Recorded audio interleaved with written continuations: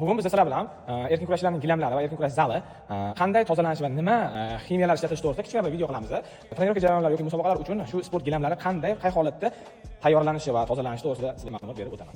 Bunaqa tozalash, men o'zim qo'ldan kelgancha haftada bir marta shaxsan o'zim tozalashga harakat qilaman. Bundan tashqari har kuni zalimizda 2 marotaba artiladi. Ya'ni kurash gilamlarining usti xlor bilan 2 marotaba tozalab artiladi. Erkin kurashchilar gilamlarini tozalash uchun nimalar kerak bo'ladi? Misl, xlor, bu tabletga holatida, sizlar holida suyuq holatda olsangiz ham bo'ladi. Ammiak, gel, Bilizdan, ya'ni kiyimdan oqartirishga foydalanadi yoki qo'llarni artishga, bu ham xlor bor, juda kam miqdorda.